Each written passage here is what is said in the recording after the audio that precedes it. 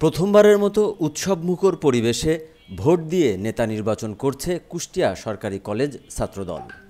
গণতান্ত্রিক উপায়ে নেতা নির্বাচনে অংশ নিচ্ছেন কলেজ ছাত্রদলের নেতাকর্মী ছাড়াও সাধারণ শিক্ষার্থীরা। বুধবার সকাল 10:30টায় কেন্দ্রীয় ছাত্রদলের সাধারণ সম্পাদক নাসির উদ্দিন নাসির কুষ্টিয়া সরকারি কলেজ মুক্তমঞ্চ প্রাঙ্গণে জাতীয় ও দলীয় পতাকা উত্তোলন শেষে কাউন্সিল উদ্বোধন করেন।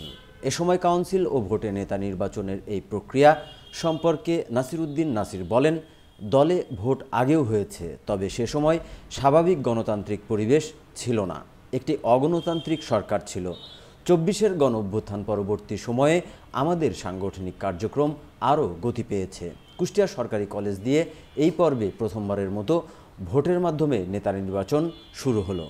নির্বাচনে অপ্রীতিকর ঘটনা এড়াতে সার্বক্ষণিক সহযোগিতা করেন কুষ্টিয়া জেলা ছাত্রদলের আহ্বায়ক মোজাক্কির রহমান রাব্বি, সদস্য সচিব খন্দকার তসলিম উদ্দিন নিশাত ও কুষ্টিয়া সরকারি কলেজ ছাত্রদলের সদস্য সচিব আশরাফুল ইসলাম সহ ছাত্রদলের বিভিন্ন পর্যায়ের নেতাকর্মী ও সাধারণ শিক্ষার্থীরা।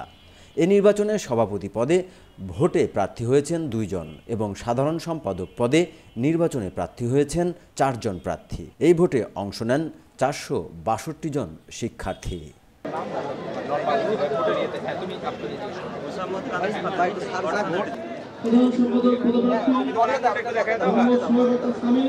সাধারণ সম্পাদক পদপ্রার্থী ছাত্রদলের নেতৃবৃন্দ এবং সরকারি কলেজের প্রেসিডেন্ট সেক্রেটারি ছাড়া মঞ্চে থাকবেন না।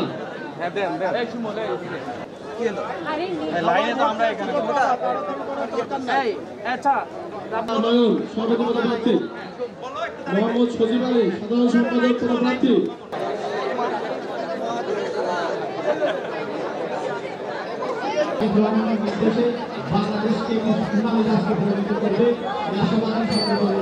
সামনে কেউ থাকবে না।